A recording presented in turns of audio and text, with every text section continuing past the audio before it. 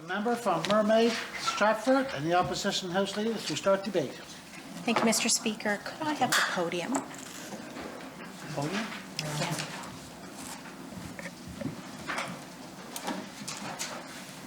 Thank you.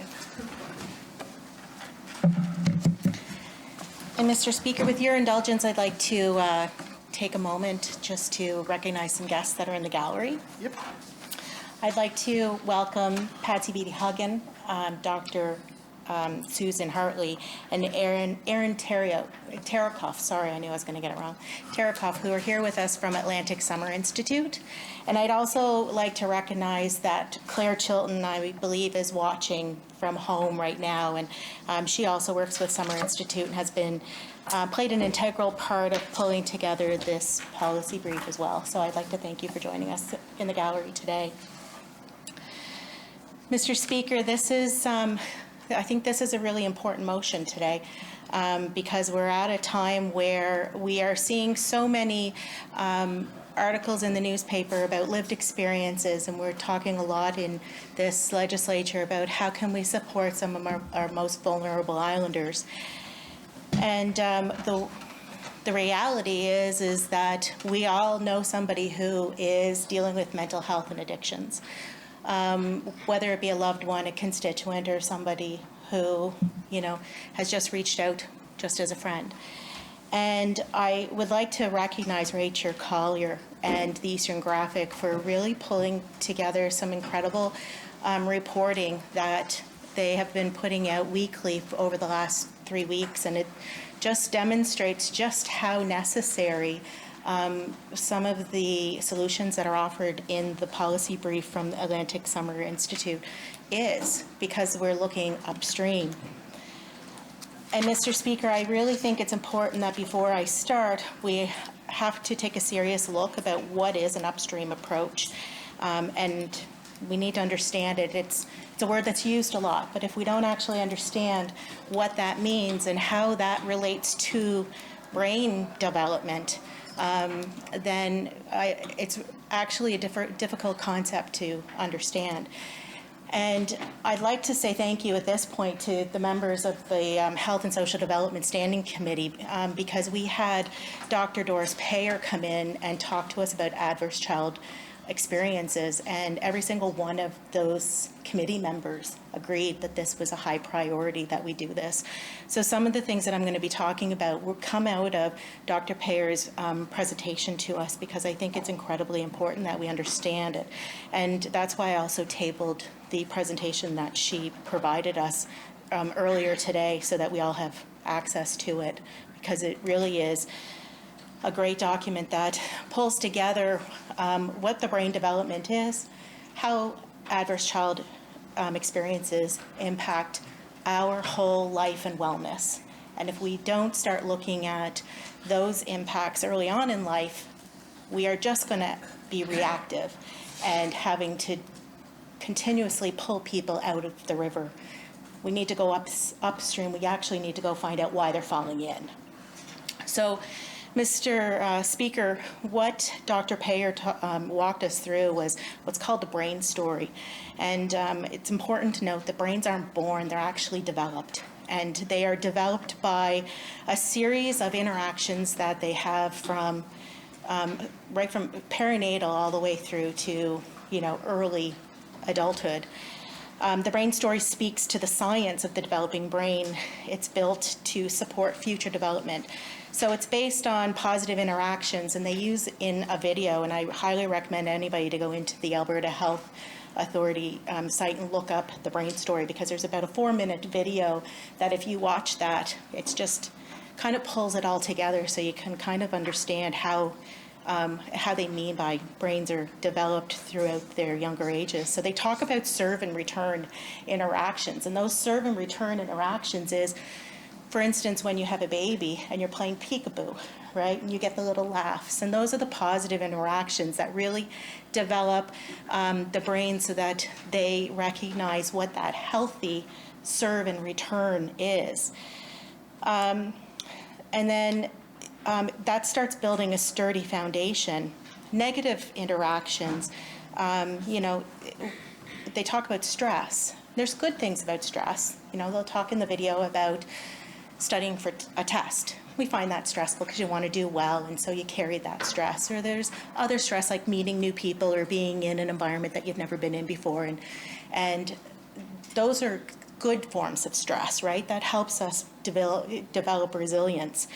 But there's also toxic forms of stress, and when I speak of this, we're talking about neglect, we're talking about abuse, and when children experience that, and infants experience that, it's a lifetime challenge that they carry for their entire lives until we pull them out of the stream.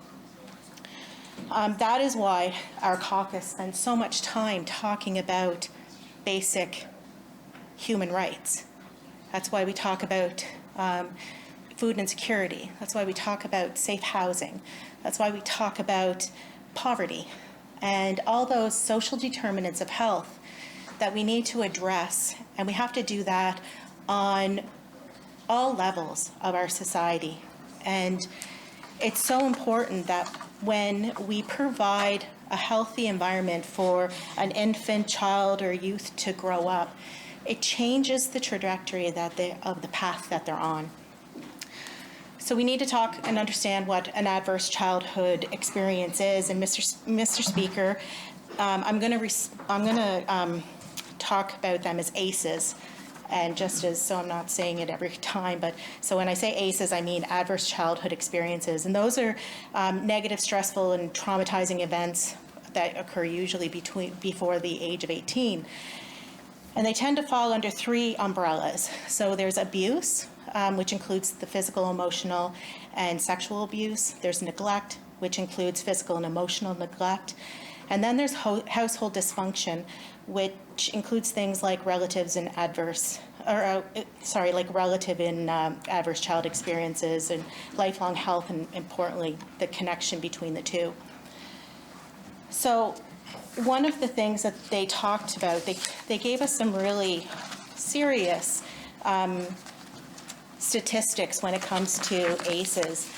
So out of a study that, and this was done by the Canadian Centre on Substance Use Addiction, and Dr. Payer walked us through it. And one of the studies that they did included 17,000 participants. And it's shocking to say that 64% of those participants experienced one ACE, one adverse childhood experience. At least one. So 26% had one, 16% experienced two ACEs, 9.5% had experienced three ACEs, and 12.4% experienced at least four ACEs. It's important to talk about what that means. So every time that a child or a youth is exposed or experiences an ACE, there's trauma in that. And it leads to an increase of chronic disease. It increases the risk of diabetes.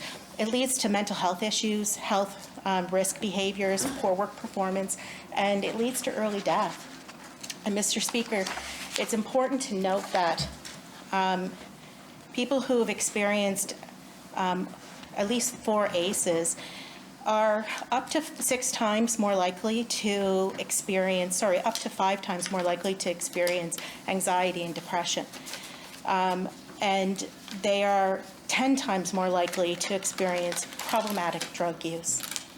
And one thing that Dr. Payer said in her presentation, which has stuck with me, and I actually wrote it on the board in my office, says, don't ask what's wrong with someone, ask what happened to someone. Because when you break it down, the experiences and the life that we lead is all because of the brain development and the early foundational measures that we experienced as children. So that's basically the underlying concept of why we need to go upstream. And one of the metaphors that was used was the resilience scale. So the resilience scale is when you have positive interactions and negative interactions. The important thing to ensure is that we have more positive interactions than negative interactions. And what that looks like is when my colleague from Summerside Wilmot spoke today about, glasses for kids or therapy for children. If we meet them where they are early on in their life so that those ACEs become positive adverse child experiences, which I'll refer to as PACEs, if we can change those ACEs into positive experiences for infants and youth and children and youth, we are vastly changing the trajectory of their adulthood. So, Mr. Speaker, yes, we need more services. We need safe injection sites, shelters, addiction beds, mental health programs, and providers. We must continue to provide care for those who are the most vulnerable. But what this policy does is it gives us a way to make fewer people who are vulnerable. And with a long-term vision, we must provide services for those who need them now, while building a system in which our children grow up with a much better chance for health and wellness. An upstream investment in our children and youth is truly transformative. Life will still present difficulties for most, if not all, of our children as they age, but an upstream investment in government, society, and community will provide them with the supports that they need to negotiate those challenges.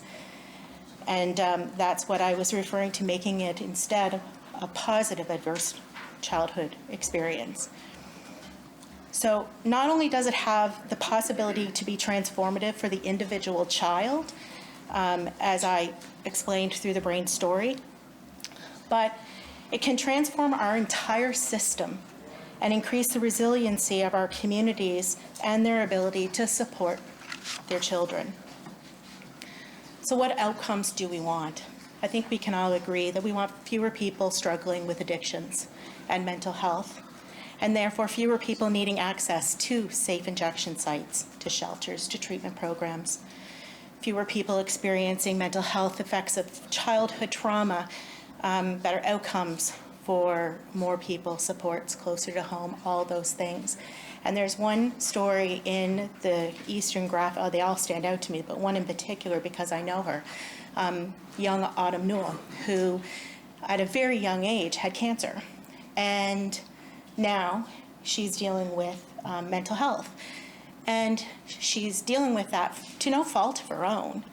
You know, when you're a child going through the trauma of cancer treatments and seeing what a young person like that would see, it's really no wonder why she's in a situation now where she requires additional support.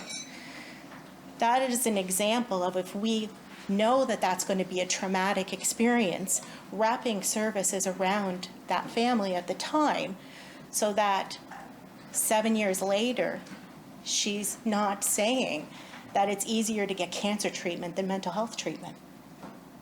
If we know that there's going to be a traumatic experience, we need to build services around that at the time so that that experience can create resiliency through it being a positive experience. Because nobody can tell me that waiting 7 years for mental health treatments after a situation that we know is going to be traumatic is any way for us to be able to pull them out of the stream.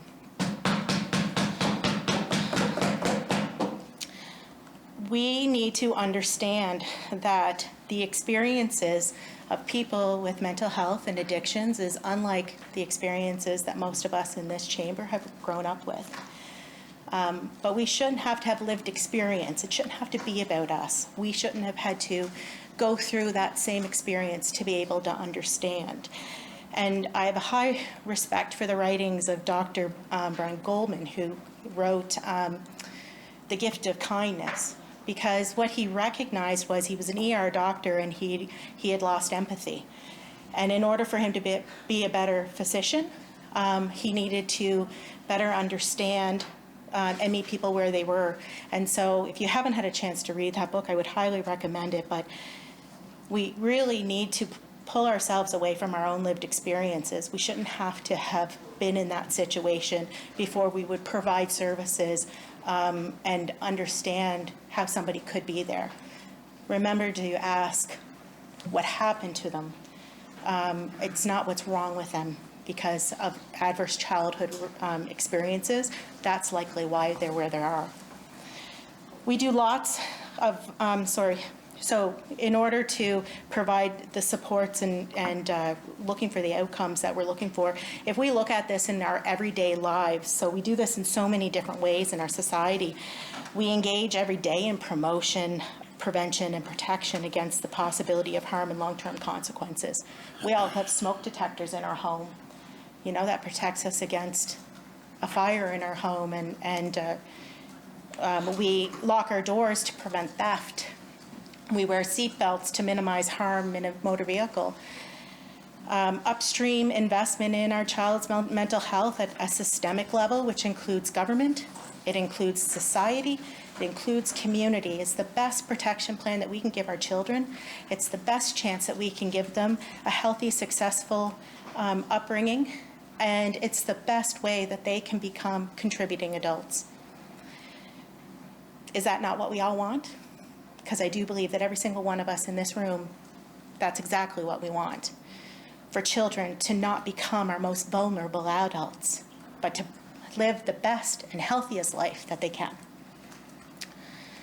This is not instead of doing what we must do now, and that is creating a more responsive and integrated system of care for those that are in need. But we have to start somewhere. So if we start now with infant, youth, and in children, we still have to help those that are living their adult life that went through ACEs and experienced ACEs. This policy gives us a framework, and it's a beautiful framework, and I appreciate those that are in the room that have worked tirelessly with so many others across Atlantic Canada and Canada in order to develop a framework for us to follow.